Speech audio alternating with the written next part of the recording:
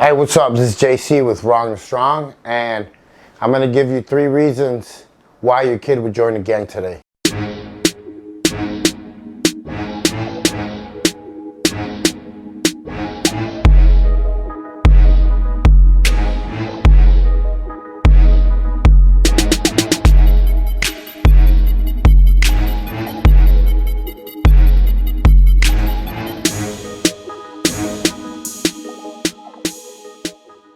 Hey, what's up? It's JC with Wrong and Strong.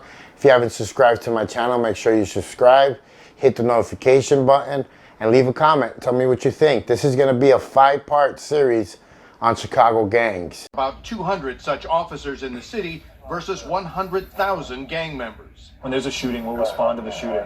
We'll figure out where we believe the most likely area for retaliation is, and we'll work that area trying to both prevent retaliation and possibly build a case on offenders. We rode along with Little's team as dusk fell on poor neighborhoods of vacant lots and high anxiety. The gangs have lost their hierarchy, Right. so to speak. And without a chain of command, there's really nobody keeping things in check. And they lost their hierarchy because those guys got killed, they went to prison, or both? Both, yes. Those left are young, reckless, and Honestly, you know, my mission is to try and help as many kids stay away from this lifestyle, because for a long time as a kid, you know, I glamorized the whole gang life and the whole American, you know, gangster culture, and you know, it landed me in prison with a lot of time and cost me a lot of my friends, you know, to be killed, gone to prison for life, and I don't want that. I don't want that, and I was misled. So they did a study, and the FBI reports that there's 20,000 violent street gangs and prison gangs in the United States. You know, they said that 1 million are criminally active in the U.S. So that's a big number, and I don't think people realize how well organized these gangs are. You know, from being connected to the cartel and having all these ties to like big organizations. People don't realize how powerful, you know, most top gang members are. Most gang members ages ranges between 9 and 24. I started hanging around with them 9. I really didn't get into my gang until I was about 12, but I was already hanging out with them. 10% of those numbers are girls, but they're growing a lot because, as you guys know, I mean, you see it on everything. Girls are being involved in a lot of stuff now that before was taboo, that girls, you know, couldn't do. I mean, even from UFC to, you know, sports and weightlifting and all that stuff, girls are being involved in gangs now too. And, you know, they're taking care of business also. You know, they're doing dirty work just like guys on the streets. And, you know, we have to. So I'm going to give you the signs of what to look for if your kid is involved with gangs. The number 1 is an unusual interest in 1 or 2 particular colors or clothing or logo. And I'll explain that with a picture. So I always wanted any kind of Duke college sweaters, pants, you name it. Why? Because it had a D on it. D standing for disciples. So I always wanted this. I always wanted anything that had a pitchfork. Indiana, you know, ASU, it has a devil with a pitchfork. Of course, all this was gang related, but my grandparents didn't know, so they would buy me these things, and I would ask for them, and they didn't even realize that they were giving me gang affiliated clothing. And you know, and like I explained, in Chicago, almost everything is gang related, from colors to logos to you name it. I mean, when I was in school, there was a class they would come and do and teach us about not wearing certain things that had 5-point stars, 6-point stars, wearing your hat to the left, wearing your hat to the right.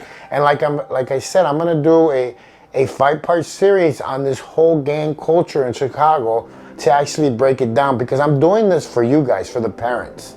I'm doing this so you guys can actually step in and help your child not make the mistakes that most children are making nowadays, because we live in a society where gangster life is glamorized.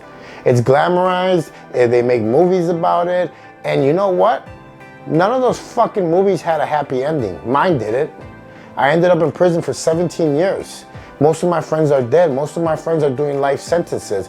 And it was why? Because we glamorized, we grew up watching Goodfellas, Scarface, Bugsy, all these movies where it was glamorized to be a gangster. And you know what? It's not fun to be a gangster. I don't want to be a gangster. So this is my way of giving back.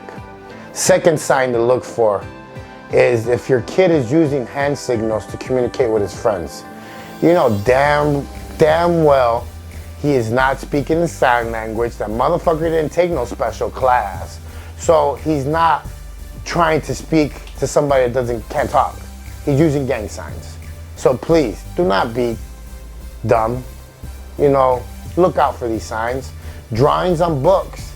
I had pitchforks all over my books, my school books, my walls in my room, walls in my locker.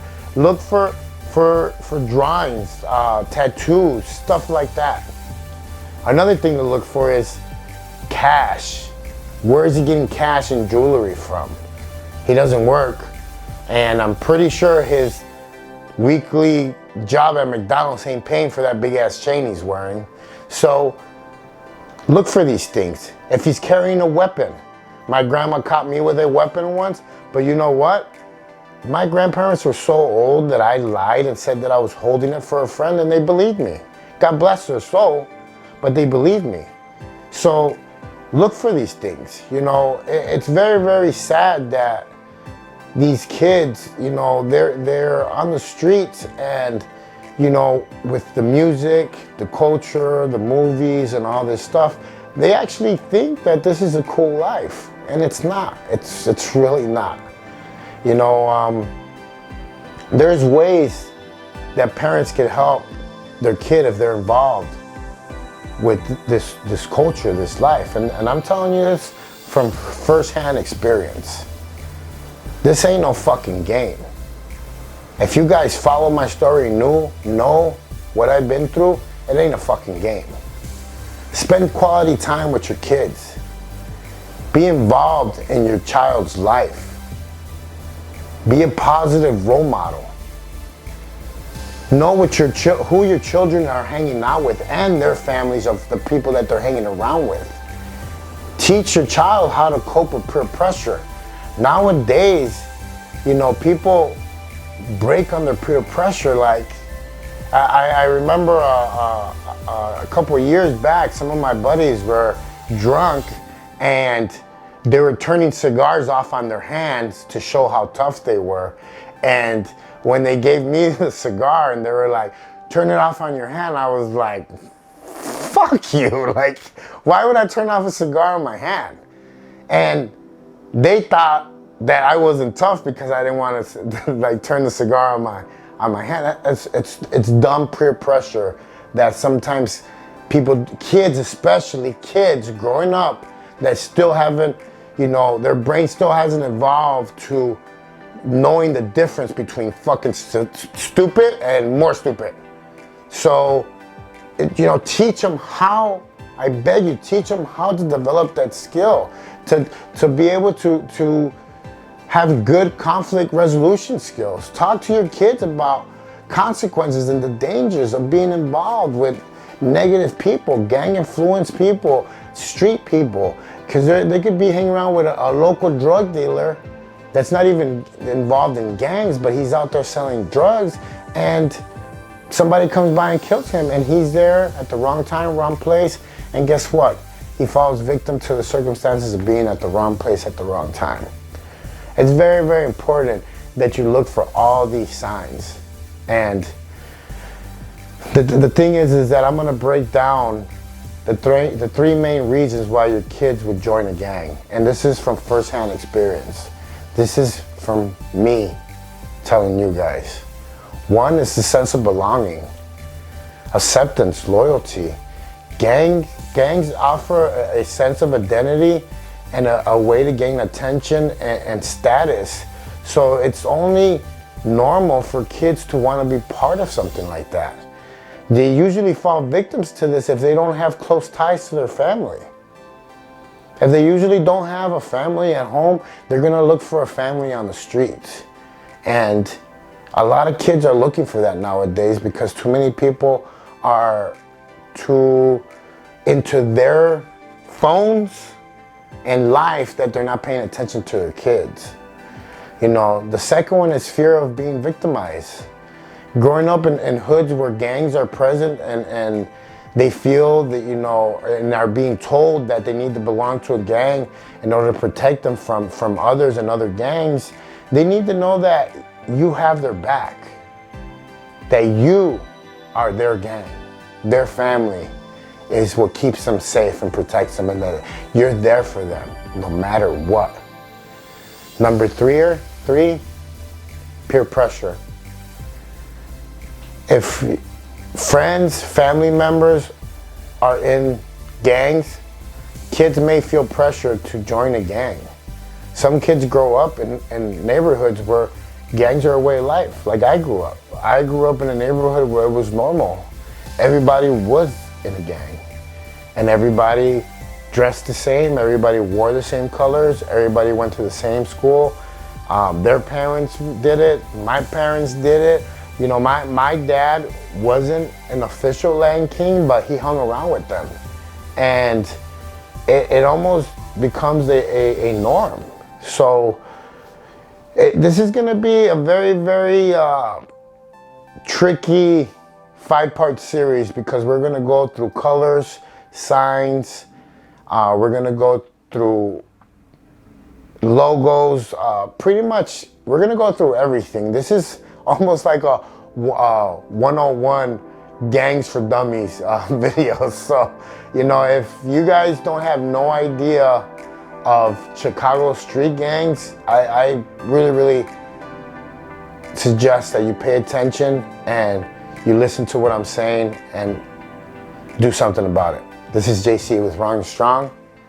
Give somebody a hug, don't judge nobody, and stay in your lane.